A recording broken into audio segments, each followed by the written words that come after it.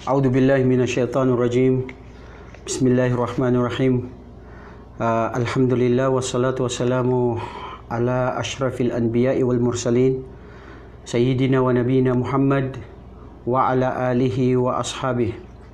اللهم اغفر لنا وتب علينا إنك أنت التواب الرحيم.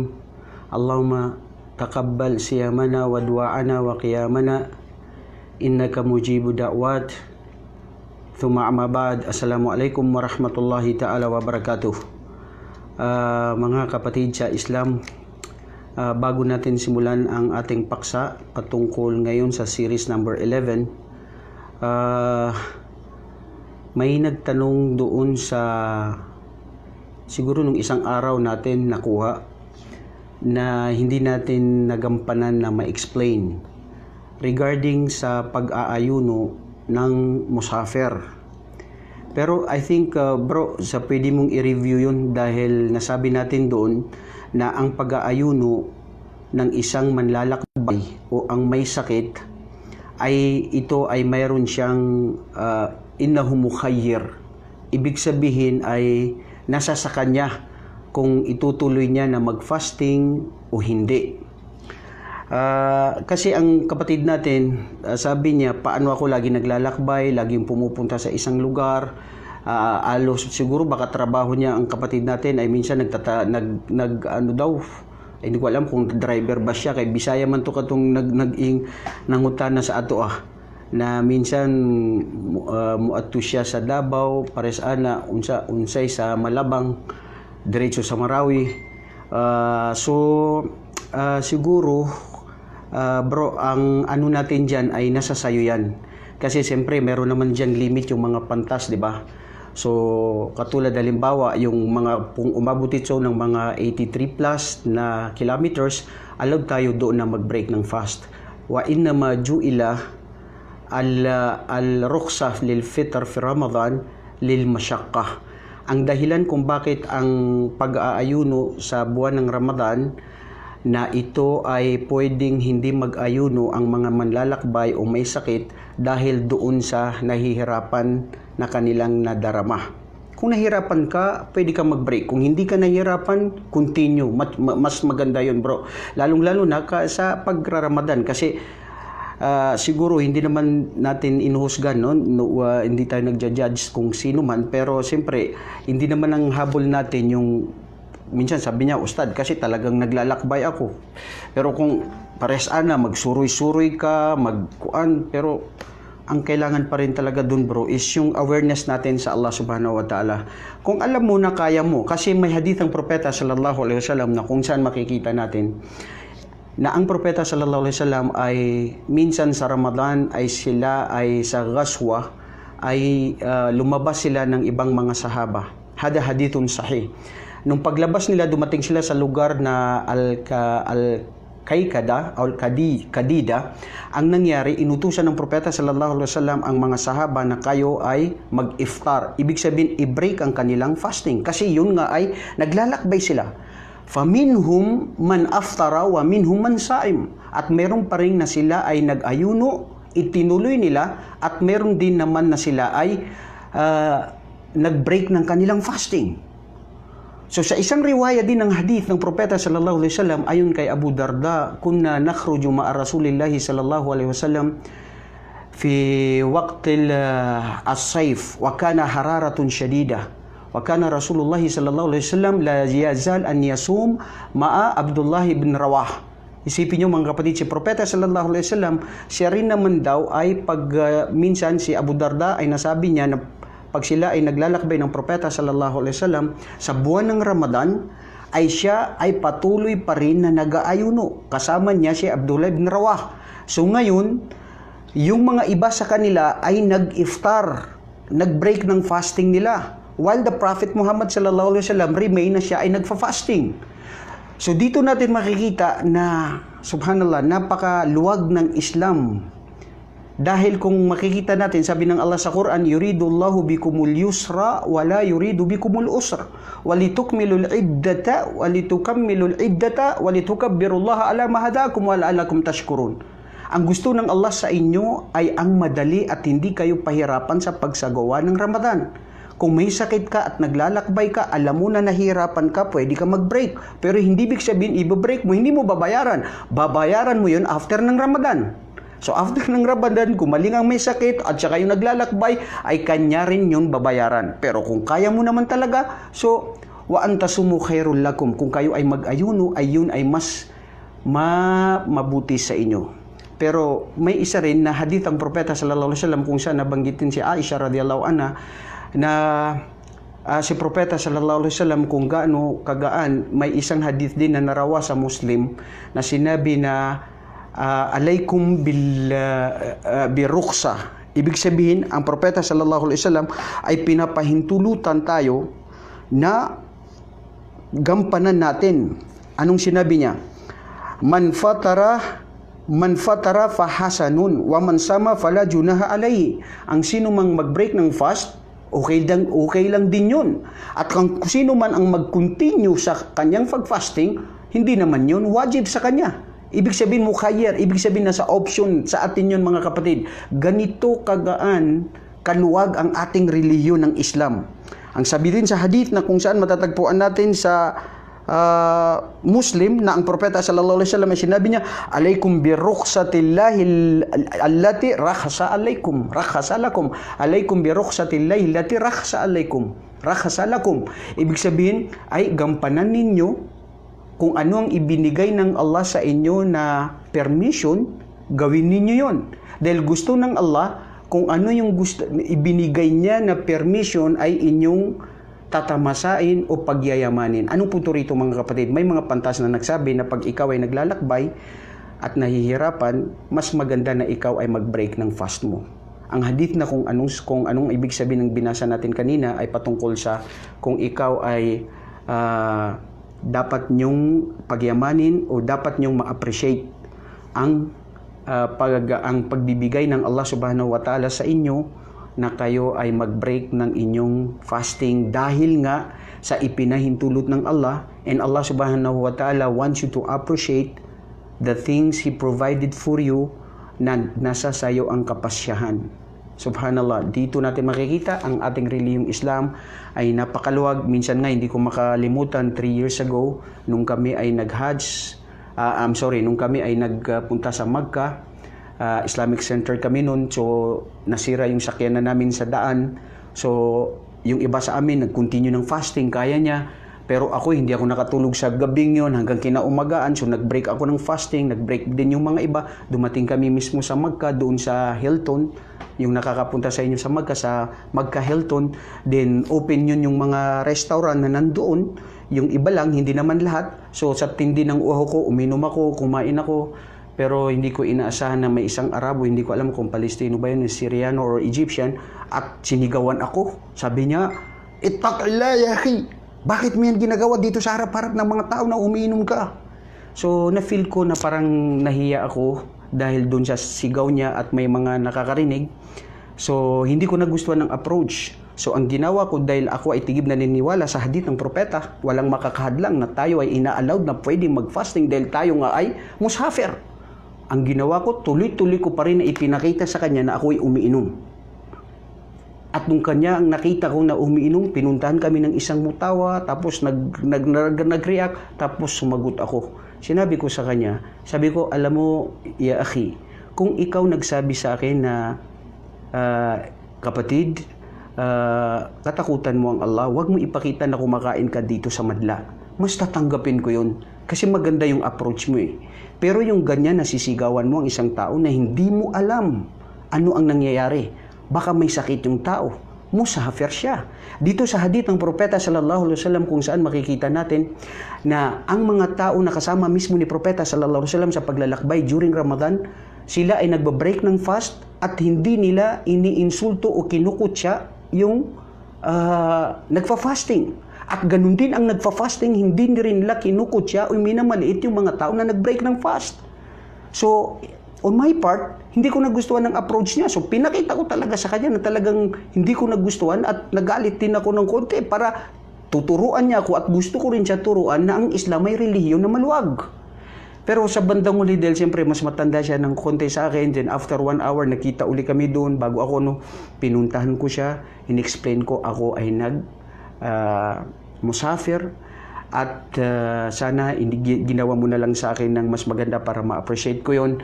Pero sa gayon pa man, yun ang approach mo, so barakallahu fik wa jazakallahu khairan. Nagpasalamat ako sa kanya, oo. At subhanallah, niyakap niya ako. Sabi niya, hindi ko akalain na nagalit ka sa akin, tapos ito pa, ikaw pang humingi sa akin ng tawad. Mga kapatid, alam natin na dito sa mundo, minsan natin nakikita ang sinumang mga tao na minsan lang natin makita sa ating buhay, tapos mag-iiwan pa tayo ng puot at sama ng loob. So alam ko, pag ako ay nagkamali, maghingi tayo ng kapatawaran sa kahit sino. Dahil ang kibr ay yung magpataas at hindi ka tumatanggap ng katotohanan. Pero ano ang learn na natutunan ko dun? Yung approach po. Approach natin sa da'wah. Approach natin sa kahit sino. Ang isang bagay na mahirap, pero kung ito ay gawin mo na madali, wallahi lulusot na mas maganda ang magiging huli niya. So, yun po ang mga experience ko na minsan di ko makalimutan pagdating sa fasting. Pero ito ang sasabihin ko sa iyo, bay, unsa ka, Bisaya ka, unsa ka, Maranao, nasa sayo yun. Pero katakutan mo ang Allah, kung alam mo na madali lang, continue the fasting. Kung alam mo na hirapan ka, may sakit ka, di ka nakatulog, i-break mo, pero bayaran mo. Kasi ganun kaganda ang Islam at ganun kaluwag. Ngayon, dahil ito ay may related dito sa aya na binasa natin kanina, yuridullahu bikumul yusra, gusto ng Allah sa inyo madali at hindi yung pahirapan sa inyo, hanggang zoom sa panghuli na aya na yan, na ang sumunod ay ito ngayon ang ating diskusyon. Ba'da a'udhu billahi minasyaitanir rajim. Bismillahirrahmanirrahim. Wa idza sa'alaka ibadi anni fa inni qarib ujibu da'watid da'i idza da'an falyastajibu li wal yu'minu bi la'allahum yarshudun. Ano nga ba ang aya na ito? Ito mismo doon sa kaugnayan doon sa fasting sa Ramadan, tapos bigla itong sumunod, itong aya na ito. So ano ang ibig sabihin ng aya nito, mga kapatid? Tignan nyo, ang Allah subhanahu wa ta'ala binanggit niya rito sa Suratul Baqarah, and Allah subhanahu wa ta'ala states that, "And when my slaves ask you them, I am indeed to them by my knowledge." Dito po natin ito titignan, by my knowledge, sabi ng Allah. Ayon din sa tafsir ng mga pantas. Ang Allah ay malapit sa atin sa kanyang kaalaman, batid niya, alam niya, naririnig niya, saan man tayo nandirito, sa lupalot ng mundo, sa ilalim ng mundo, sa kataasan ng langit, kahit saan. Ang kaalaman ng Allah ay lahat, batid niya ang nangyayari dito sa santinakpan. Pagkatapos sinabi niya, I respond to the invocations of the supplicant when he calls on me. Kung sino yung mga humihiling sa akin, sabi ng Allah, ito ay sinasagot ko sila. Without any mediator or intercessor. Ibig sabihin, hindi natin kailangan na mayroon pang mamamagitan sa atin na para propeta o anghel o mga awliya o mga sheikh o kahit sino na para lumapit sa Allah, ay lalapit pa tayo sa mga yun. Datapwat tayo ay dapat dumiretso sa Allah subhanahu wa ta'ala. So let them obey. This is the condition. Sa pamamagitan ng kanilang sa akin, at sa pamamagitan na ito ay sasagutin ko ang kanilang mga hiling, kailangan sila ay falyastajibu li, ay sumunod sila sa akin, wal yu'minu bi, and sila ay maniwala sa akin, so that they may be lead in the right path. So that they may be lead all right. Ang punto rito, mga kapatid, ang Allah subhanahu wa ta'ala pinapakinggan ang ating mga dasal. Pinapakinggan ang anuman ang ating mga hiling. Ito yung power ng dua. Dito na tayo ngayon papasok sa dua. Kung titignan natin ang salah, ta'rifus salah ma'nahu dua. Ito yung panalangin. Ang panalangin sa Allah subhanahu wa ta'ala ay isa ito sa mga mukhul ibadah. Ibig sabihin ay kataas-taasan, kung may ulo ang pagsamba, ang ulo ng pagsamba, aside from prayers, ay ang dua, ang panalangin. Ganito kahalaga ang isang mananampalataya na lagi siya dapat humiling sa Allah. Maging siya ay nasa mga pagsubok, mga hinagpis, lungkot, lumbay ng kanyang buhay, o di kaya siya ay masaya, o di anuman ang nangyari sa kanya, lahat lagi siyang nananalangin sa Allah. Lagi siyang nagpapasalamat, o lagi siyang nagtitimpi, o lagi siyang nag-aalaala sa kanyang tagapaglikha. Bakit mga kapatid? Kung makikita natin, فَلْيَسْتَجِيبُوا لِي مَعْنَهُ بِالطَّاعَةِ. Ibig sabihin ay tumugon siya sa akin na siya ay sumunod sa anuman ang pinag-uutos ng ating tagapaglikha. Wal ijabatu fil lugha at-ta'ah, dahil ang pagbigay ng Allah sa ating mga kasagutan, sa ating mga hiling, ay dahil sa pagsunod sa kanyang mga kagustuhan. So kung gusto mo na ang iyong mga hiling sa Allah ay ibigay sa iyo, so sundin ang kanyang pag-uutos. Bitta'ah wa i'ta'u ma su'il, at kung anuman ang kanyang ibinigay ay dahil din yun sa anuman ang inyong hiniling. Ang mahirap, kapatid, karamihan o tayo mismo nakakalimutan natin na laging magdua sa Allah subhanahu wa ta'ala. Samantalang ito ang tunay na pinakamagandang koneksyon natin sa Allah subhanahu wa ta'ala.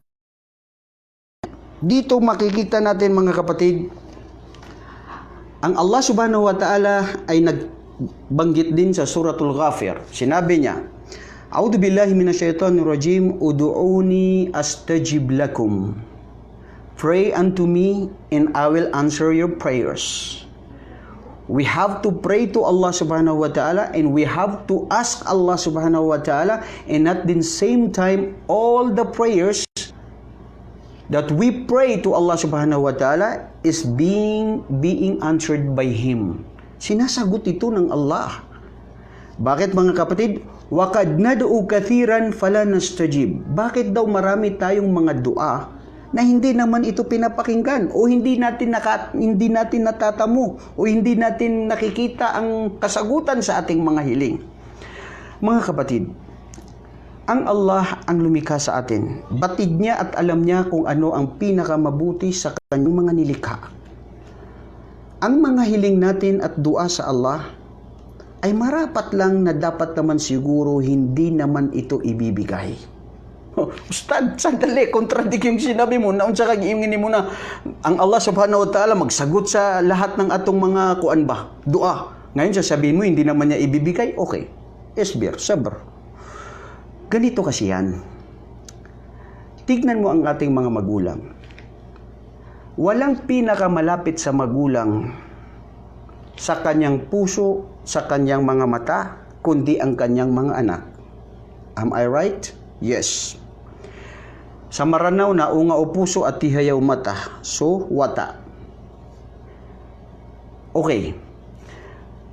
Apple of our eye. Sino ang ating mga anak?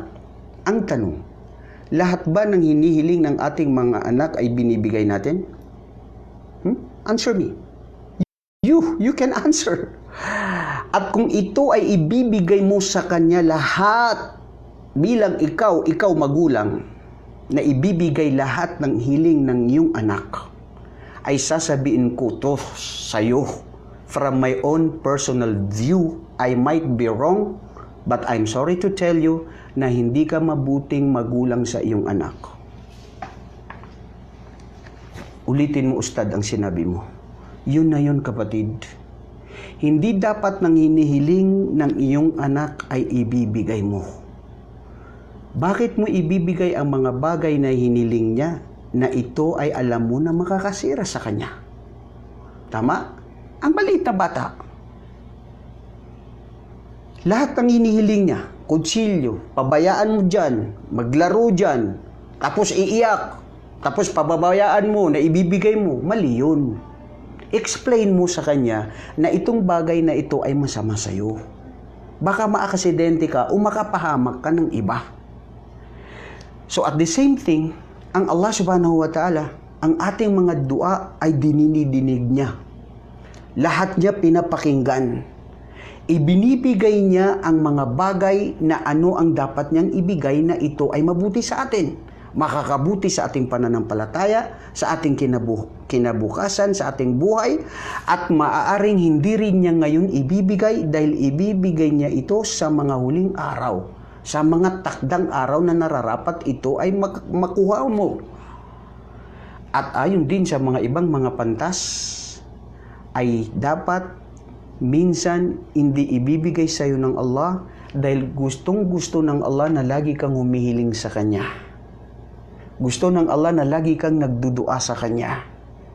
At yuakhir, ang iyong dua ay Kanya pang hindi niya ibibigay sa iyo dahil gustong-gusto na narinig ka, naniniwala ka sa Kanya, tigib na ikaw ay laging nagkukoneksyon sa Allah subhanahu wa ta'ala, at kung alam niya na ito'y makakasama sa iyo, hindi niya ibibigay sa iyo, pero ibibigay niya sa iyo doon sa araw ng paghuhukom. Allahu Akbar.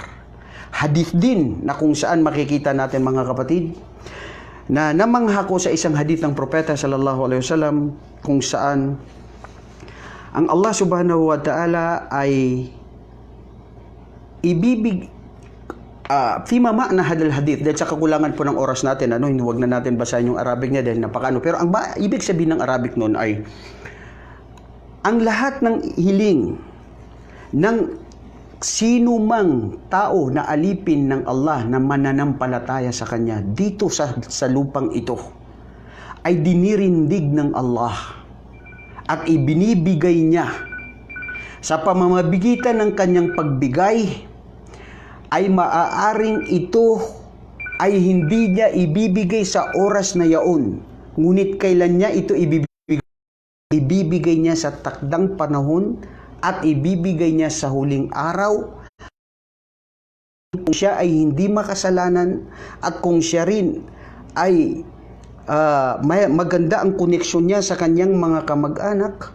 Ang Allah subhanahu wa ta'ala ay maaari may mga bagay na siya ay may mangyayari sa iyo na tadhana na masama, na maski hindi ka nakahiling sa Allah, pero sa pamamagitan ng mabuti mong pag-uugali at magandang pag-ugnayan mo sa iyong mga kamag-anak ay hindi ka mapipinsala o mahahadlangan o hindi ka mapapahamak sa anumang tadhana na mangyayari sa iyo.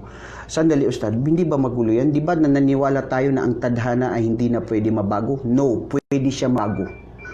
Uulitin ko, mababago ang tadhana mga kapatid sa pamamagitan ng ating dua. At mababago rin ito sa pamamagitan ng ating mabuting paggawa ng mga gawain at pakikitungo ng mabuti sa ating mga magulang at sa ating mga kamag-anak. Paano yun nangyari? Ang Allah ang nakakaalam, pero hindi mo alam. Pero ang sa atin ay dua at aksyon. Kailangan natin gumalaw. Kailangan natin ay gawin ang mga bagay para marating natin. Okay, pumasok lang ngayon ito sa isip ko. Hindi po ba ang Ramadan, ang tanging layunin nito ay para tayo ay lumapit sa Allah? Para tayo ay maging matakutin sa Allah? Para tayo ay madisiplinado ang ating sarili? Para tayo ay kalugdan ng ating tagapaglikha? So sa pamamagitan nito ay kailangan mo mag-fasting. Kailangan mo mag-ayuno. Kailangan mo pigilan ng sarili mo. Kung nagugutom ka, nauuhaw ka, at gusto mo gawin ang mga bagay na gusto mo na buwan ng Ramadan sa araw ng Ramadan, ibig sabihin, paraiso ng Allah. Dalil. Hadith ng propeta sallallahu alaihi wasallam, hindi ba? Na man sama Ramadan na imanan wa ihtisaban ghufira lahu ma taqaddama min dhanbi. Ang sino mang mag-ayuno sa Ramadan na nagnanais siya ng gantimpala ng Allah subhanahu wa ta'ala at tunay na tigib na naniniwala sa Allah subhanahu wa ta'ala, patatawarin siya sa lahat ng kanyang mga kasalanan. Ang napatawad ng kasalanan, saan siya patungo? O di paraiso. Ya Rab, adkhilna fil jannah. So iniling natin sa Allah. Ngayon, mayroon bang nakarating sa paraiso na hindi niya ginawa ang mga bagay na para ito ay makarating siya doon? Hindi. Wala.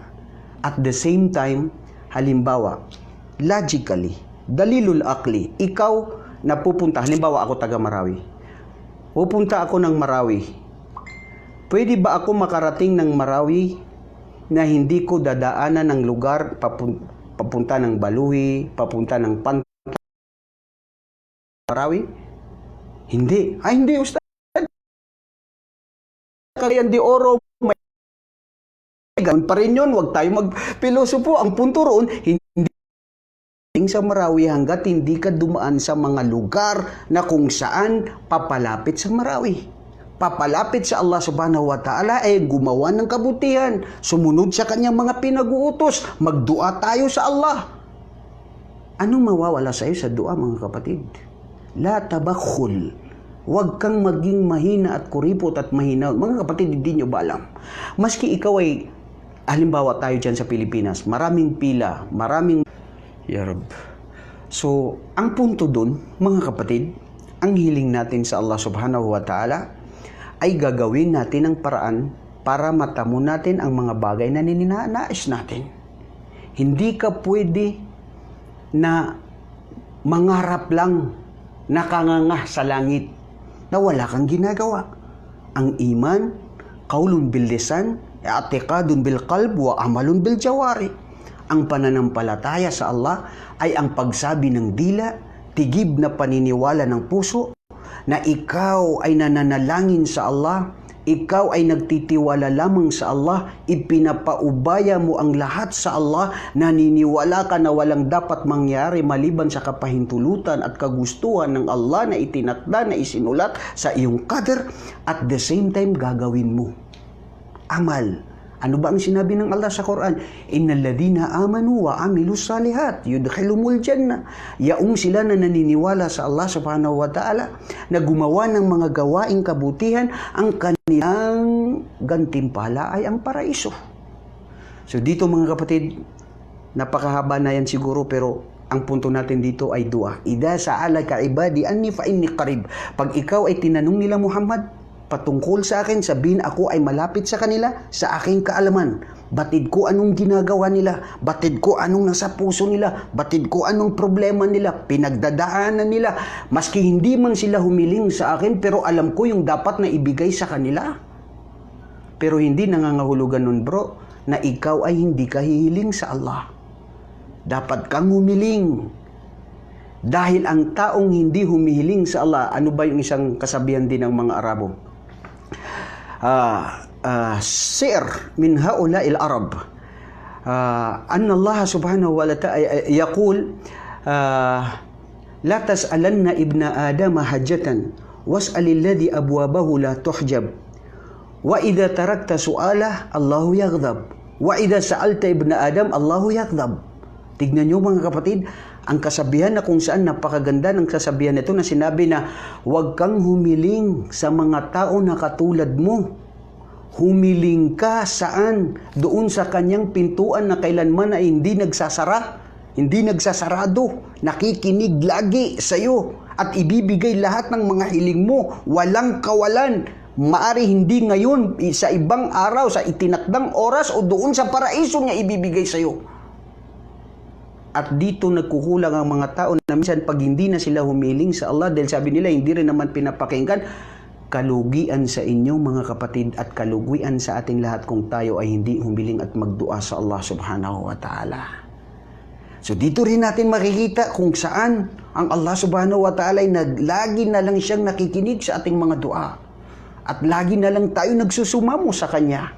Dahil sa ganun, nang makamit natin ang tunay na habag at biyaya ng Allah subhanahu wa ta'ala. Ito, mga kapatid sa pananampalataya, makikita natin na subhanallah, ang Allah subhanahu wa ta'ala ay gusto niya na tayo ay humiling sa Kanya. Gusto niya na tayo ay actually, itong according to some other interpretations of the scholars, bumaba itong aya daw na ito na yung wa idha sa'alaka ibadi anni fa inni qarib. Si Propeta Muhammad sallallahu alaihi wasallam, tinanong daw siya ng isang rajulun minal Yahudi. Sabi niya, o Muhammad, paano ang Allah subhanahu wa ta'ala mo na humihiling tayo sa Kanya?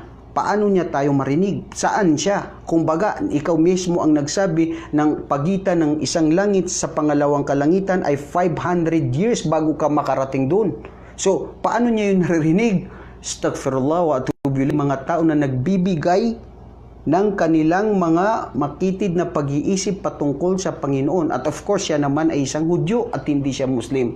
Dahil kung ang Muslim ka, ikaw ay hindi ka nagkakaroon ng masamang pangitain sa iyong Panginoon. Dahil ang hadith ng Propeta sallallahu alaihi wasallam, kung saan sinabi niya, ana indi dhanni abdi bi. Ang sabi ng hadith ng Propeta sallallahu alaihi wasallam, ako, sabi ng Allah, ay nandoon ako sa aking alipin kung paano niya ako iniisip ng mabuti sa kanya.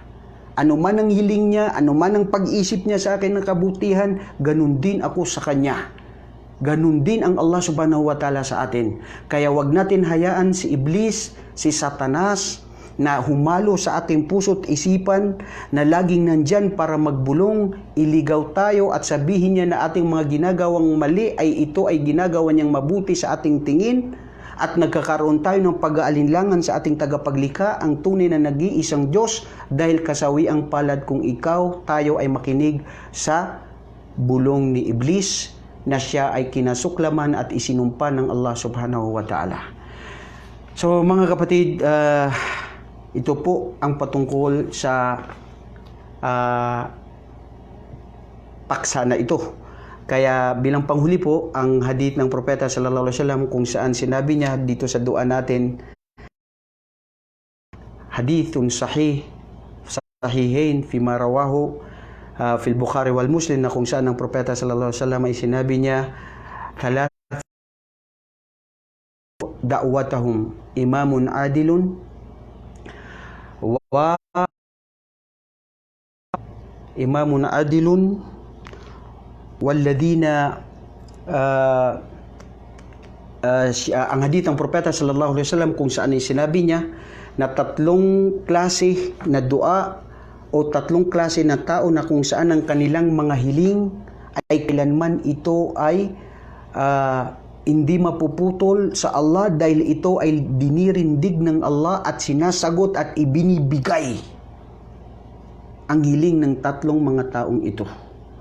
Una ay ang tao na kung saan siya ay imam adil, isang leader, isang religious leader, isang may tao na pinamumunuhan, isang ama, isang kahit sino na sinasabi nating leader, imam, na naglilid sa isang sambayanan na siya ay makatotohanan, na siya ay pinagkakatiwalaan, na siya ay patas sa tao,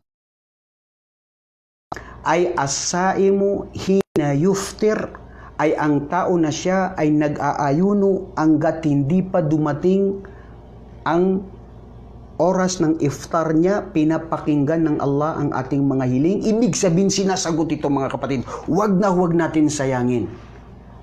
Pangatlo ay ang tao na kung saan da'watul madlum, ang hiling ng isang tao na siya ay inapi o siya ay nalipusta. Sino? Ng kanyang kapwa-tao. Dahil pag humiling yun sa Allah, dire-diretso na tinatanggap ng Allah subhanahu wa ta'ala. So katakutan natin ng Allah subhanahu wa ta'ala sa ating mga gawain mga kapatid. Kung mayroon man tayong nalinlang, mayroon man tayong nakuhanan na lampasan ng kanilang mga karapatan, dahil ito po ay kanilang mga panalangin ay tinatanggap ng Allah subhanahu wa ta'ala. At mayroon din naman na kung saan ay nariwaya sa isang hadith na pinapakinggan ng hadith ng ating mga hiling sa hiling ng ama sa kanyang anak o di kayang anak sa kanyang mga magulang, at maraming papatungkol doon mga kapatid. Minsan meron ding mga actually yung dua na minsan bakit hindi ito natatanggap ang ating mga panalangin, kasabihan lang nito ni Abraham ibn Daham. Pero bilang panghuli, sabi ko itong hadith na ito na kung saan hindi naman to hadith pero kasabihan niya, paano tatanggapin ng Allah ang ating mga dua na tayo mismo nababasa natin ang Quran pero hindi natin sinusunod ang Quran. Naniniwala tayo sa Propeta sallallahu alaihi wasallam pero hindi natin sinusunod ang kanyang mga turo at ang kanyang mga yapak. Naniniwala tayo sa paraiso pero tayo ay hindi tayo gumagawa ng mga daan patungo sa paraiso. naniniwala tayo sa impyerno, pero tayo ay gumagawa ng mga bagay na ito ay makapasok tayo sa impyerno. At naniniwala tayo sa Allah, pero hinahayaan natin ang karapatan ng Allah na hindi natin may sakatuparan at maibigay sa Kanya. At naniniwala tayo ng kamatayan ay darating tayo dyan, pero tayo ay hindi tayo nagpreparasyon para sa ating kamatayan. Sana po mga kapatid ay nagbigay aral sa atin ang mga sandaling ito sa pagbabahaging ito. Maraming salamat sa inyong mga panunood. Uli ay inaanyayahan ko kayo mga kapatid, yung isa sa mga brothers natin na yung sa YouTube channel natin, please po paki-subscribe na lang po kayo lahat na nandirito ngayon nanonood, dahil may mga short videos daw na gagawin nila, doon nila ilalagay.